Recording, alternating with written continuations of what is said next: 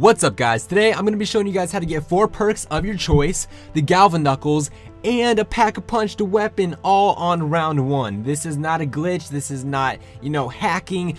Treyarch pretty much put this in the game. You just have to be smart, you have to know what you're doing. This is an in-depth tutorial on how to do all of this properly and safely. Now, what you're going to want to do, step 1, get into a random game of Tranzit. You're going to want to save up a ton of money. You're going to want to get a pack-a-punched gun. Here's some footage of me at farm. You're going to want to get a pack-a-punched weapon and store it in the refrigerator. Leave it there and go on to the bank. Once you're at the bank, you're going to want to deposit at least $20,000 minimum.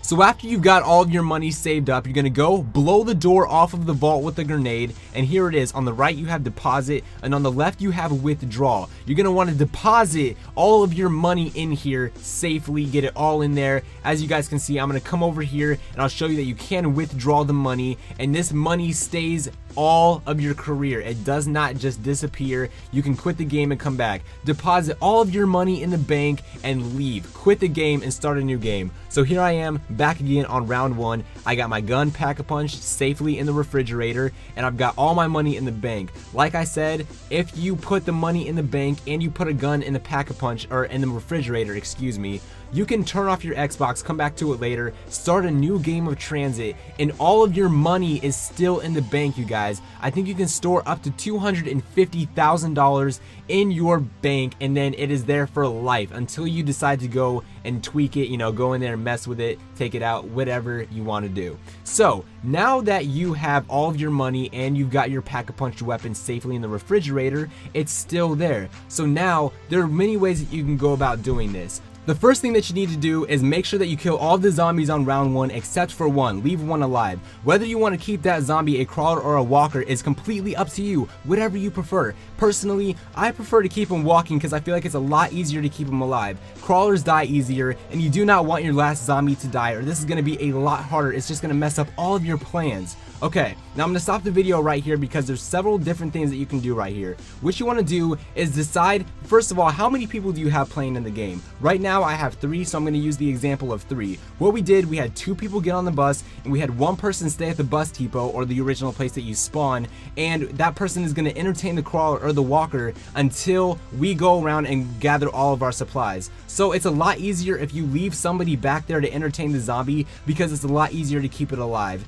If you decide, well, we all want to go on the bus and gather all of our supplies at the same time, that's fine. It's going to be a lot harder to keep that zombie alive, because when you go from stop to stop, you have to make sure that the zombie is on the bus with you. If it gets left behind, it's gonna die and the round is gonna start, and you're gonna be screwed. You do not want that to happen. So I'm gonna use the example of 3 players. So right now we've got 2 people in the bus, and 1 person is gonna stay at the spawn. Now what you're gonna want to do is you're gonna want to have a turbine before you leave the first stop. You need a turbine. Then 2 people on the bus need a certain amount of money. The first person needs at least $1,000 minimum before you leave the first stop. The second person needs 750 points before you guys leave. And as you can see, the 2 players that are on the bus right now have plenty of money. We both have over 1,000, which is exactly what we need. So now we're gonna go to the power. Once you get to the power, you're both gonna want to get off the bus. The reason you get off of the bus is because if 1 person stays on the bus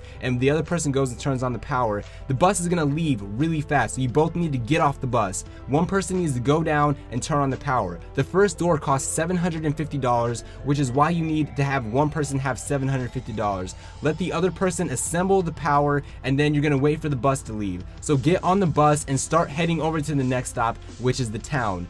Alright, so now that we have successfully turned on the power, we're gonna arrive at the town next. Get off the bus and open the doors to the bank, which is gonna cost you 1,000 points. You're gonna cook a grenade and toss it at the vault door. You're gonna blow the door off the vault and run inside and withdraw the desired amount of money. I recommend that you withdraw between 20 and 25,000 points if you want to get the Galvaknuckles, get all the perks, and possibly hit the box a couple times. After you get the desired amount of money out of the bank, you're gonna run up here and you're gonna grab Juggernog, which costs 2,500 points. You're gonna grab that and quickly hop back on the bus so it doesn't leave you, so you can get this all done quickly. Alright, so now we're arriving back at the spawn, the next stop, which is the bus depot. So I'm gonna get off off the bus, I'm gonna go ahead and grab quick revive, even though I already have unlimited quick revive. The thing about this is, here's a quick tip. If you have unlimited quick revive and you buy quick revive again, your quick revive is actually even faster. It's almost instant. So you're gonna want to actually grab that if you want to be able to, be the ultimate team player. The next stop is the diner.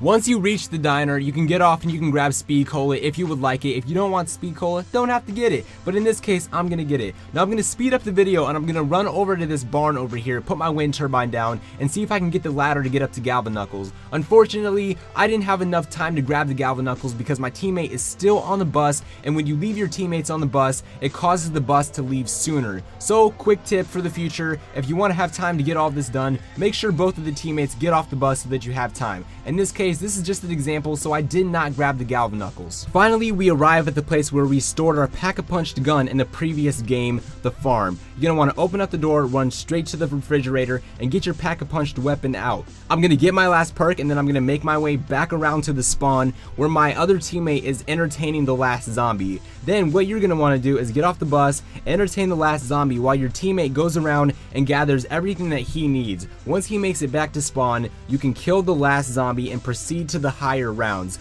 Guys, this is a great way to start off this map Transit. Such a complicated map, but if you get everything done in the first round, you are definitely a lot more likely to make it to higher rounds and have a more successful game. I hope you enjoyed this video. If you did, be sure to leave it a like, favorite, and subscribe if you're new for more zombies tips in the future. And until next time, guys, I'm out of here. Peace.